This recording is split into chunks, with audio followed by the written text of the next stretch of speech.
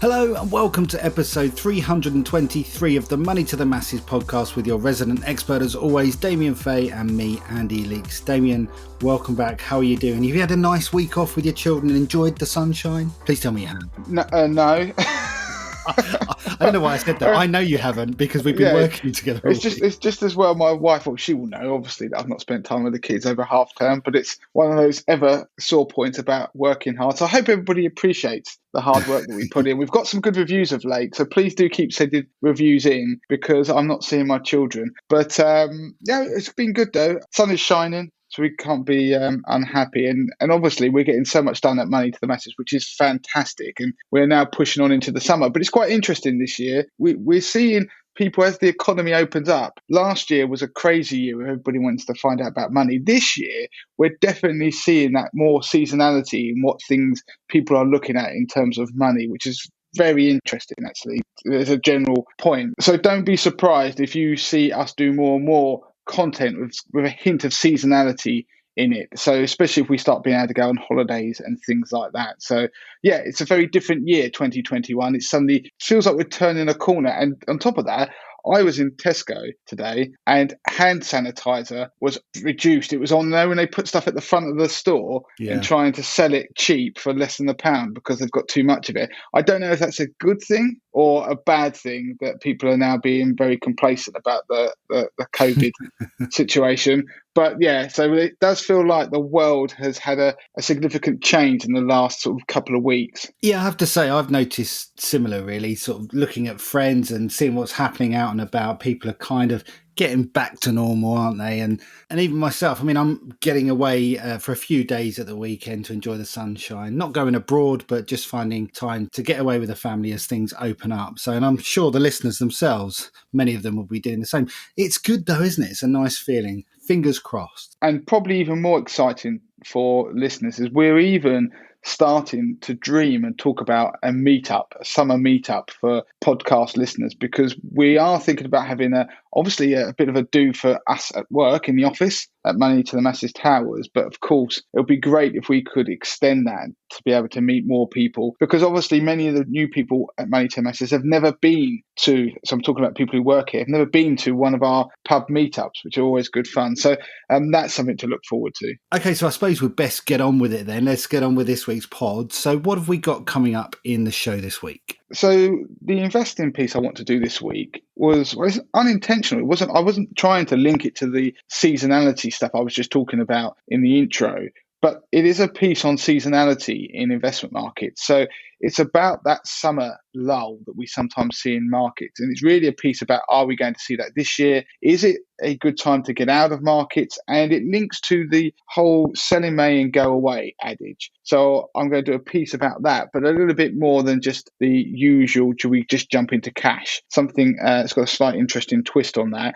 The other thing I want to do is, how much do other people need to retire? So a piece of research has been carried out which details the amount of income people need or do use or do require in order to live certain standards of retirement, from a real essential basic living type of retirement to a more luxurious type of retirement. So this is quite interesting for people out there in terms of what sort of money do they need, income, what size pension pot do they need. But then I want to give a bit on the end, a twist to how you find out how you're going to get there. It's all right knowing the target, but how do you actually get there? And the final piece I want to do is on free parent life cover. So there is insurance out there that is just free for people who are parents. So is it any good, and is it worth taking it out? Great. So I'm imagining we're going to start with the investing piece this week and looking at that adage of selling in May and going away. What does it mean? Is there anything behind it? Yeah, so people who've listened to this podcast for a long time, so I'm talking about, was it the 5 or 6 years we've been doing it, we have mentioned this adage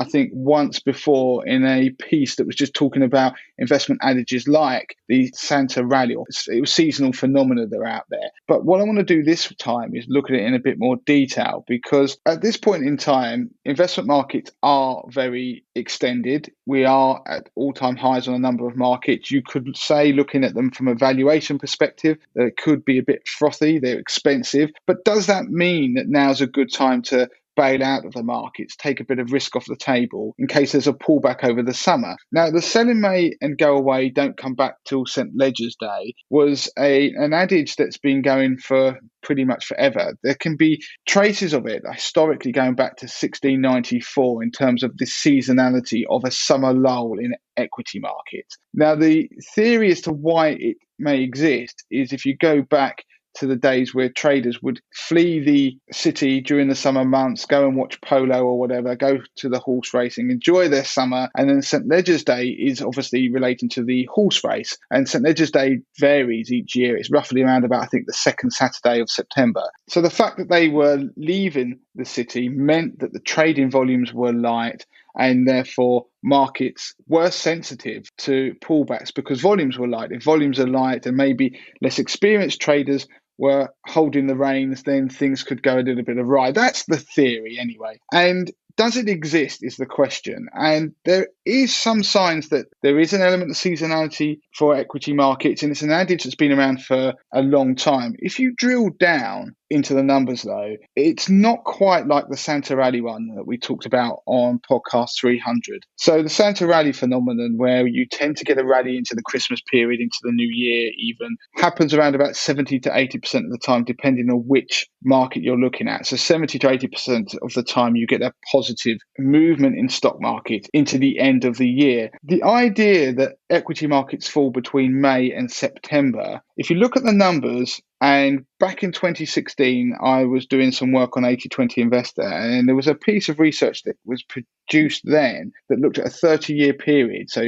from 86 to 2016. They looked at the FTSE All-Share, and they found that if you sold in May and went away, and you had a portfolio that did that, then you would only outperform 34% of the time. So if you went from equity markets, you went into cash for the summer months, and then went back in September into equities, then you would actually only outperform 34% of the time. So that isn't particularly good odds. Now, if you look at what's happened since 2016, so the last 4 or 5 years, then sell in May would have worked only once, and that was in 2019. So the other years, they've been very positive summers. So if you think at 2020, we had the stock market crash because of the pandemic, and the low of that crash was in March, the 23rd of March, in fact, 2020, and then the market has pretty much been in an upward trajectory ever since. So if you'd have been out during the summer months, you would have missed out in that very strong rally. So the idea of selling May, that you'll be in equity markets and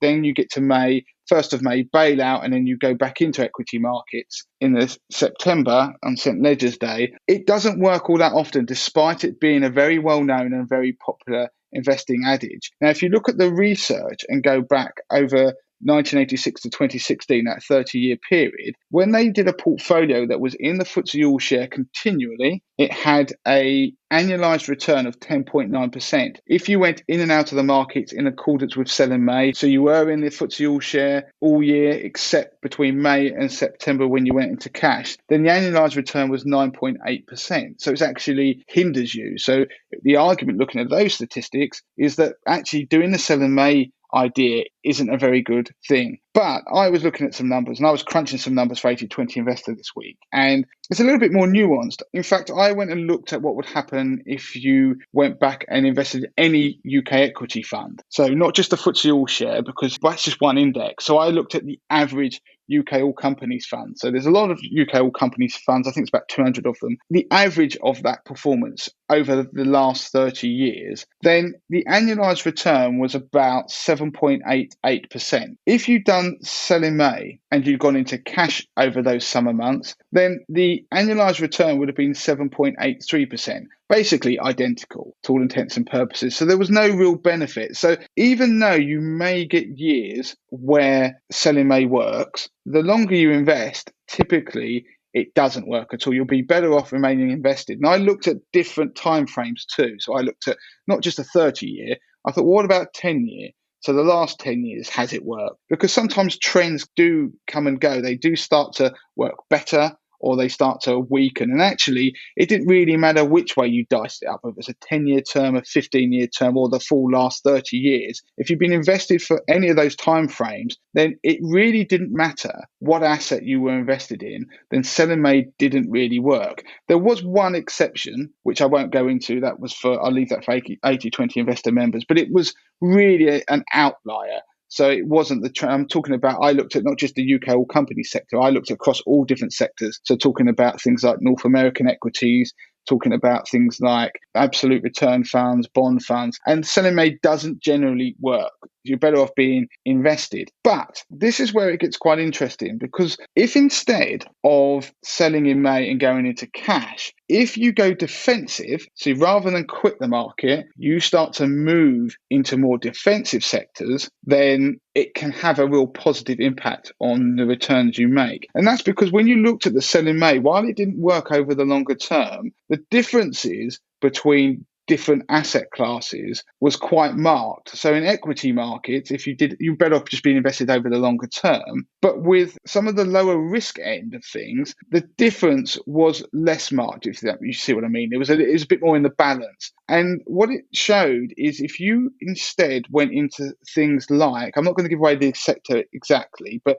if you went into things like bonds over the summer months, so you quit going into equity markets, and you went into more defensive things, maybe like absolute return funds and certain bond sectors, then you would actually ramp up your returns over the long term. In fact, you would outperform somebody who just sat in a UK equities fund, so a UK all companies fund, over the full period. So I did some numbers, and from September 92 all the way until May 2021, if you had £1,000 and you'd invested it back in September 1992, that would be worth £8,793 at the start of May this year. And that was assuming you've remained invested throughout the whole period in a UK all companies fund. So it's the average. What is interesting is, even though if you've gone into cash, you would be no real better off on that sell in May idea. If instead you'd gone into a defensive version, so you'd gone into one of these other asset classes, then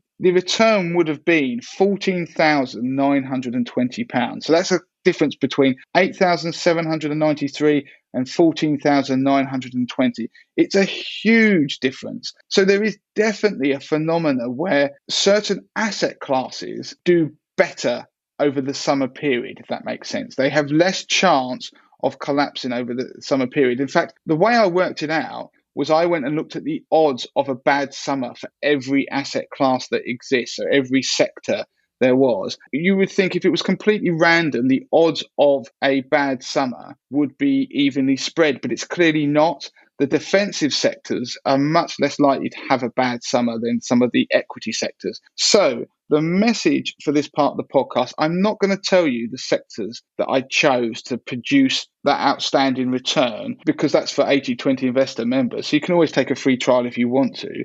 So the message for this part of the podcast, while selling May doesn't work over the long term, you are better off remaining invested. If you are somebody who's thinking that they are a bit nervous about markets, and I mean, you shouldn't try and time markets necessarily, because they're a very difficult thing to get right. But if you are wanting to think, I want to take some risk off the table, history suggests you'd be better off moving into defensive sectors. And in fact, if you've done it over the long term, and you move in towards more defensive sectors, and that means, to give you a bit of a hint, more towards the bond end of things, then actually you can amplify your returns, because those sectors tend to have greater odds of having a decent summer compared to equity sectors. So if you are somebody who's getting a bit nervous as you head into the summer months because you've had a great year and you really want to try and keep some of that, you want to have money in the market, then don't necessarily quit the market, but become more defensive. That's really interesting stuff. I mean, those differences between the 8,000 and the 14,000 are huge. And like you say, you're not necessarily going to reveal how you came up with those. Listeners can obviously take a free trial and do that. I'm going to dig into that and have a little look, Damien, because I find that fascinating. I like stats. And when you see a trend, when you see something that really pops out, it's quite, was it an exciting moment when you found that out?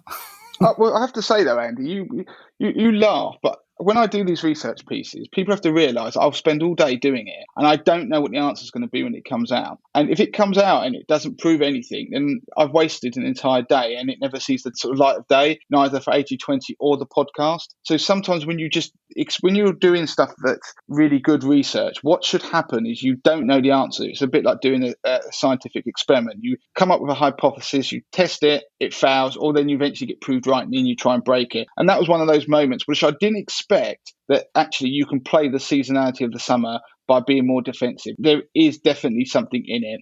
It's just not, if you go into cash, you don't necessarily disappear off and go and watch polo and horse racing, as the old adage suggests. But yeah, it was quite an exciting moment for me. I hope podcasters appreciate it. Good.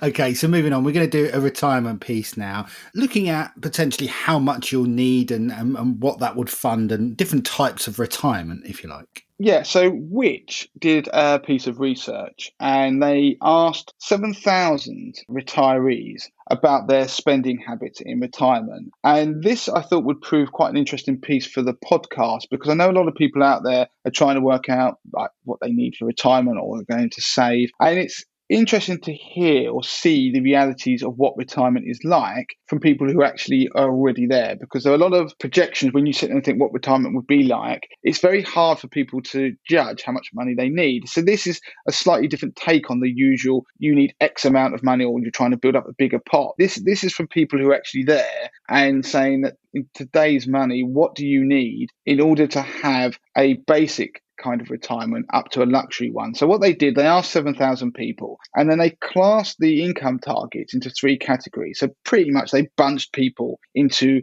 a retirement that was basically essential. So food and drink, excluding meals out, housing payments and mortgages, rent, council tax, transport, utility bills, insurances, household goods, clothes, shoes and health products are all catered for. So you've got enough income to cover that. If you wanted to go to the comfortable level of retirement, that means you needed income that could cover all the things I just mentioned in the essential version of retirement, but also you could have regular short-haul holidays, money for recreation and leisure, tobacco, alcohol, and charity giving. Then the next step up, which is luxury, a luxury style of retirement would include all of the stuff I've already spoken about in the essential and comfortable versions, but includes things like long-haul holidays, health club memberships, expensive meals out, and a new car every 5 years. I mean, that sounds like a pretty decent retirement to me. But what they did is they worked out the numbers, and they did it by household as well. So if you're a one-person household and a two-person household. So I'm going to give some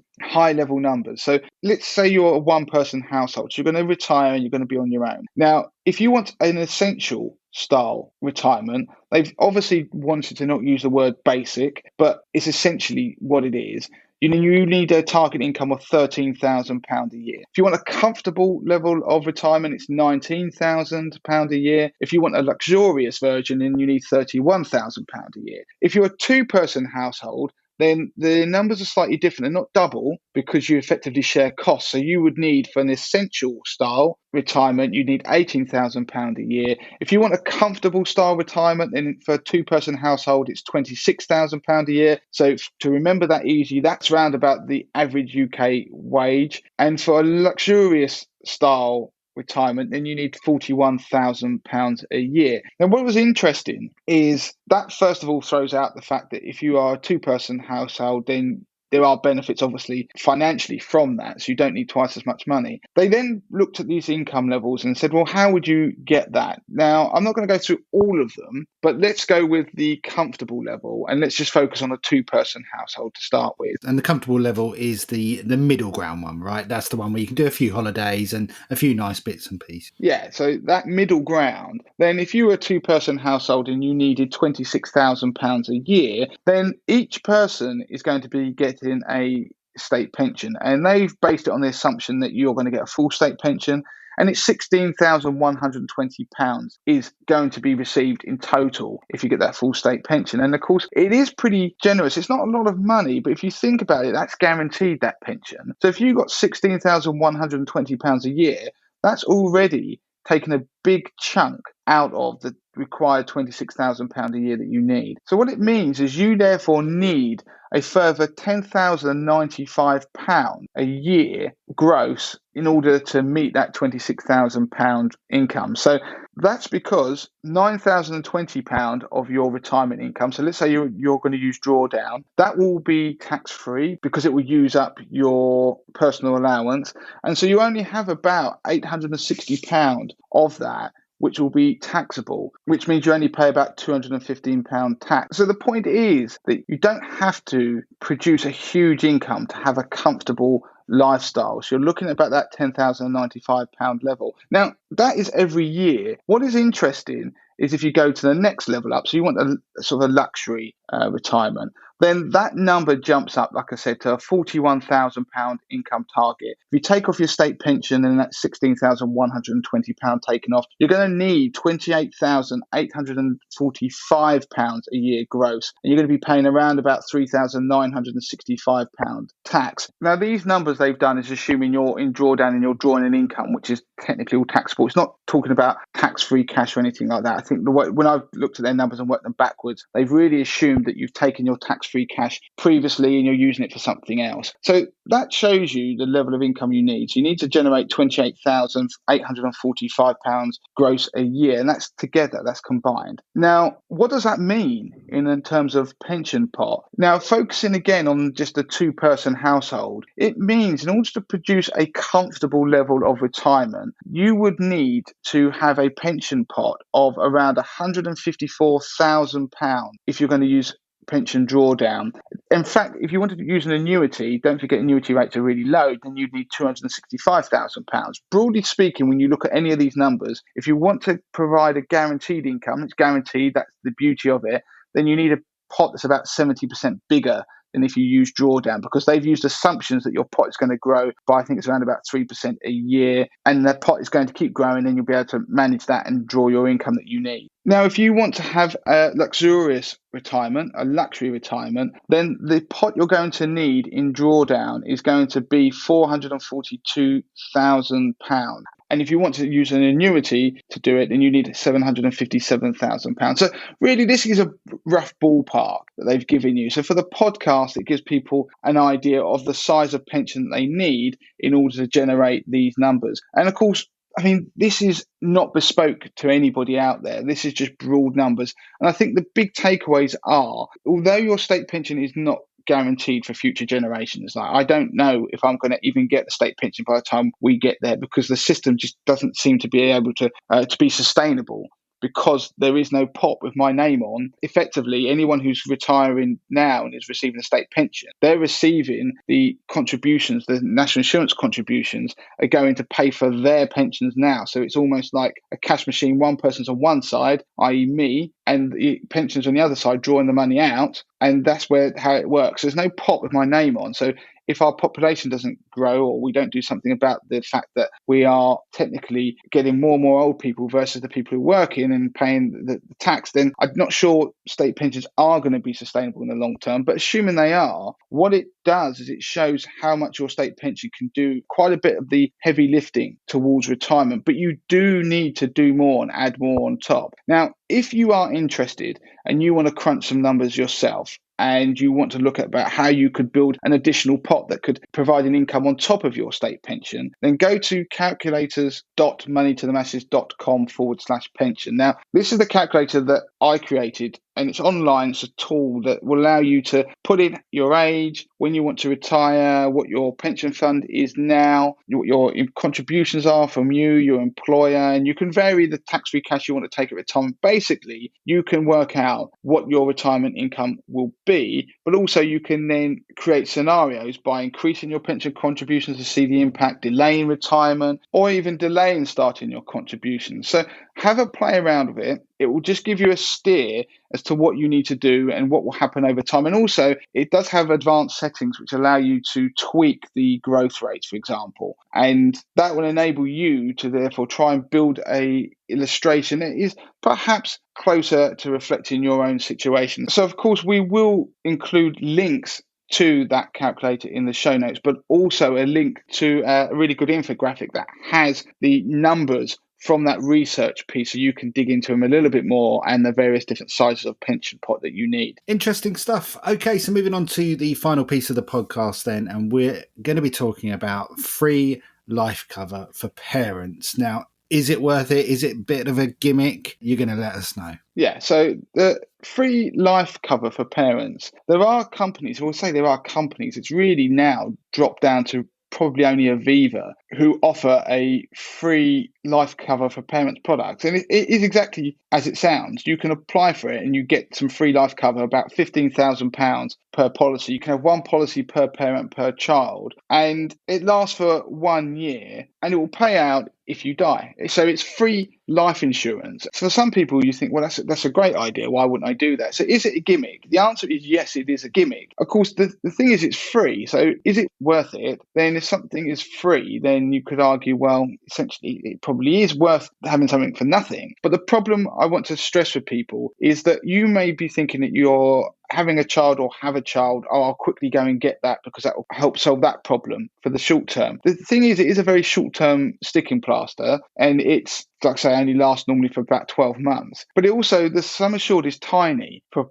what people really need. And so it's not even a very good sticking plaster. And I think it's a gimmick to get people to go over and engage with that company. And then for ultimately, they might buy life insurance. I think the one thing I worry about with these things is that people will go and get that product and then they will think, well, I've got that covered now. I don't need to think about it. When in reality, you do, because if you want to look at how much money you need for life insurance if you've got children, you need to take into account a lot of factors. For example, if you were to die, what would happen about your income? What money would they need to be able to survive? What about a mortgage that you may have that would need to be paid off? There's a lot of factors you need to build in to the amount of income that you would require and the amount of life insurance you therefore need. So it can be great if you've already got life insurance and it's just an additional Brucey bonus bolt-on that you're going to apply for and get. But I don't want people who listen to the podcast to think, well, I'm going to do that, that's better than nothing. What you should be really thinking is that if I'm going to go and apply for that, yes, it's free, but I really should be doing this properly, and your kids deserve that. So we've got a couple of articles that we're going to link to in the show notes, and they are about life insurance for mums and dads. And they give scenarios for different people. So people maybe like a working mum or a single mums. And it just gives people a brief understanding of the things they should be thinking about. So yes, free life insurance for parents is okay. It's a Brucey bonus, but you should do it properly. And let's be honest, it doesn't have to be expensive to take out life insurance. For example, you could have £300,000 worth of life insurance, so way more than the £15,000 over a 25-year period. So not just the 12 months you get with the free cover. And assuming you don't smoke, and if you're aged, say, 20, then that's only going to cost you £6.26 a month. If you're 30, that's £8.61 a month. If you're 40, then it's £17.77. Of course, as you get older, then the price does increase. And of course, I just had a thought, really. I don't want to confuse people on that because the prices are static. So when you pay the price for, say, I said for a 20-year-old is £6.26, that's it for life. It doesn't matter if your health deteriorates because those prices are assuming that you have a good bill of health. And the 30-year-old is £8.61. That's the price it will be for them forever. So if you're a 20-year-old and you buy it, it will be the same price even when you get to age 30 or age 40. So the price is static once you buy it, but the price goes up for people when they first take it out. So if you're older when you take it out, then you are going to obviously pay more. Excellent stuff. So as you say, Damien, we're going to put links to a couple of articles that Harvey's written, life insurance for mums, life insurance for dads. If you've been putting it off for a while, as Damien explained just a little while back there about the prices going up, it does lock it in once you've bought it. So if you've been putting it off, go over there, have a look and go and get it sorted. That's it. We're done for this week, aren't we? We are done. Don't forget, review the podcast, please, because we will be reading some of them out. And it does motivate us incredibly so, doesn't it, Andy? I mean, we share them with the rest of the team, and it's really good to get that feedback because it reinforces everything that we're trying to do with Money to the Masses. And if you want to get in touch with Damien, you can do so. It's Damien at moneytothemasses.com. And don't forget, our Facebook group is there if you want to discuss anything to do with finances. We've got a lovely group of like-minded people. It's facebook.com/groups/Money to the Masses. Right. Until next time. Until next time.